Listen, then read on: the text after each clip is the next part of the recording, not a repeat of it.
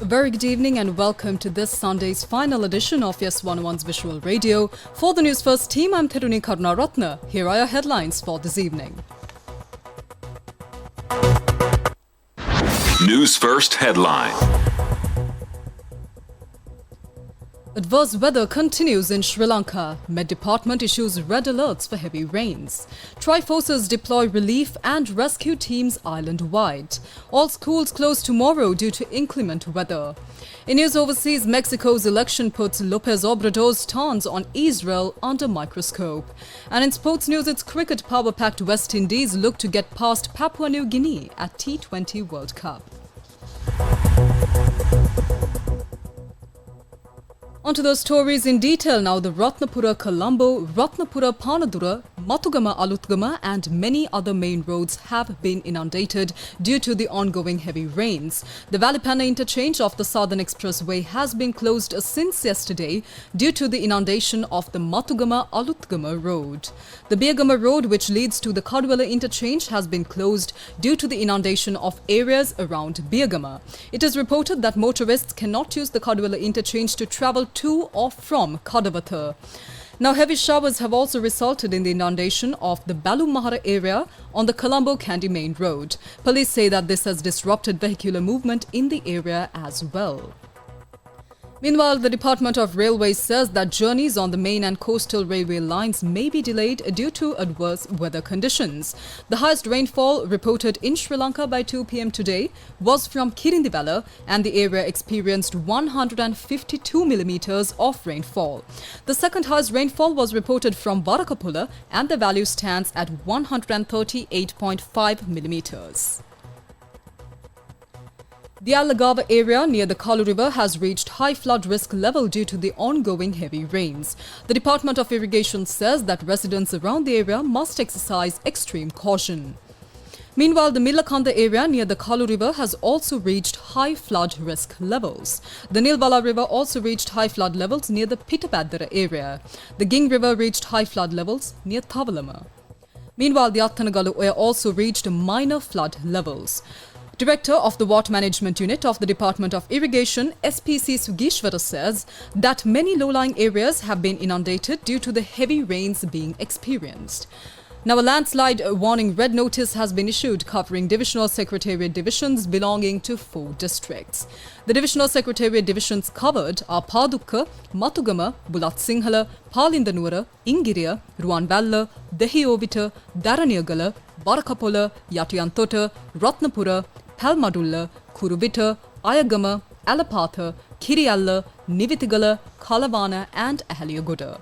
Senior geologist of the National Building Research Organization, Vasanta Senadira, says that residents of these areas should exercise extreme caution.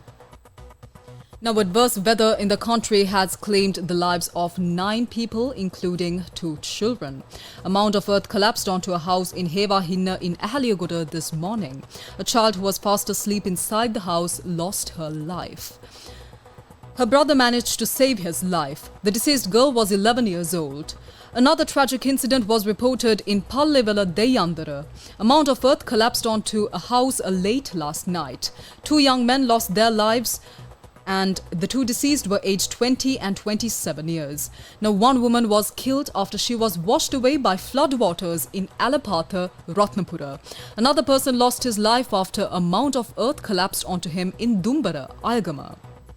A woman lost her life after a tree collapsed onto her in Kiriyalla, Ratnapura. 2 people aged 53 and 23 were washed away by floodwaters in Jasmine Valley in Tavalama, Gaul. Now, on to the weather forecast within the next 24 hours. The Met Department says that showers or thunder showers will occur at times in the western, Sabaragamuwa, central, southern and northwestern provinces. Heavy showers, about 100 millimeters, are likely at some places in the western and Sabaragamuwa provinces and in the Gaul and Mathura districts. Showers or thunder showers may occur at times in several places elsewhere over the island in the evening or night. As for marine weather, the Met Department says that showers or thunder showers will occur at times in the same areas of coast extending from Puttalam to Pothuville via Colombo and Mathura. Showers or thunder showers may occur at several places in other sea areas around the island. The sea areas off coast extending from Tangol to Potuville can be very rough at times.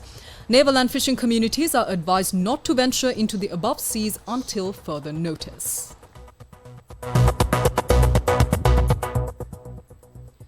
Meanwhile, teams of the Tri-Forces have been deployed to rescue people affected by the adverse weather.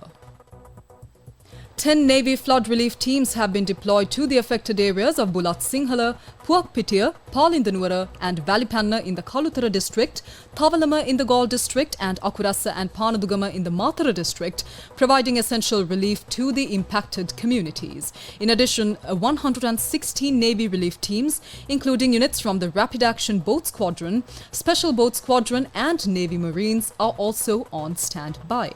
The Navy spokesman said that 41 more Navy relief teams are on standby as well. Now, the Sri Lanka Army has also deployed 7 rescue teams, and the Sri Lanka Air Force says that 2 Bell 212 and Bell 412 aircraft have been prepared to provide aid to those affected by the adverse weather. Meanwhile, all schools in Sri Lanka will be given a holiday on Monday, the 3rd of June, due to adverse weather conditions. The Ministry of Education also confirmed that schools will be closed tomorrow, the 3rd of June.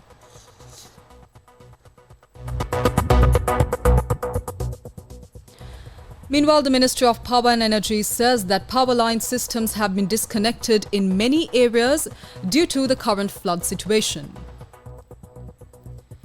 Its Secretary Sulakshana Jayawardena said that the measure was taken with the aim of reducing the possible electricity-related accidents due to floods. Accordingly, power supply has been disconnected in many areas of Avissavella, Ratnapura, Alapatha, Kalavana, Karavanalla, Gaul and Matara.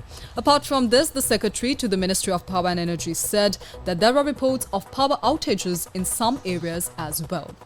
It's time to take a look at your news overseas now. International news. On Tuesday, the International Court of Justice announced that Mexico has requested to join South Africa's case accusing the Israeli government of committing genocide against the Palestinian people in Gaza. But the very next day, Mexican President Andrés Manuel López Obrador, also known as AMLO, refused to define Israel's actions as genocide. It was the very latest evidence of López Obrador's ambiguous, somewhat contradictory stance towards Israel and its war in Gaza, which is nearing its 8th month. This Sunday, Mexico holds its largest election in history, with every seat in Congress and the presidency at stake. Now, López Obrador and his legacy in office have been under the microscope in the recent months as his political party, the National Regeneration Movement or Morena, prepares for a pivotal nationwide vote. The vote is considered a referendum on López Obrador's outgoing administration, which enjoyed high popularity during its 6 years in office. But critics have questioned what the legacy of his foreign policy will be and whether his likely successor, Morena Party candidate Claudia Sheinbaum, will carry on his ambivalent relationship towards Israel. Up next is sports news. Sports news. Redemption will be on the West Indies agenda as they kick off the Caribbean leg of the T20 World Cup 2024 against Papua New Guinea in Providence. They lifted the trophy in 2012 and 2016, but the West Indies have had a torrid time at the last 2 editions. In 2021, they only managed 1 win in 5 matches to make a Super 12s exit. In 2022, they failed to even make it to the Super 12s, losing to Ireland and Scotland in the opening round. Now in home territory with a team in form, the West Indies will hope to return to their glory days. Papua New Guinea might not appear as threatening as some of the other teams, but the West Indies will have to start strong, even think of giving their net run rate an early boost. Papua New Guinea, in their second appearance at the World Cup and the first since 2021, will want to make an impression and upset some calculations. And they have the experience for it. 10 of their members played in the 2021 edition and only 4 of their players are below 25.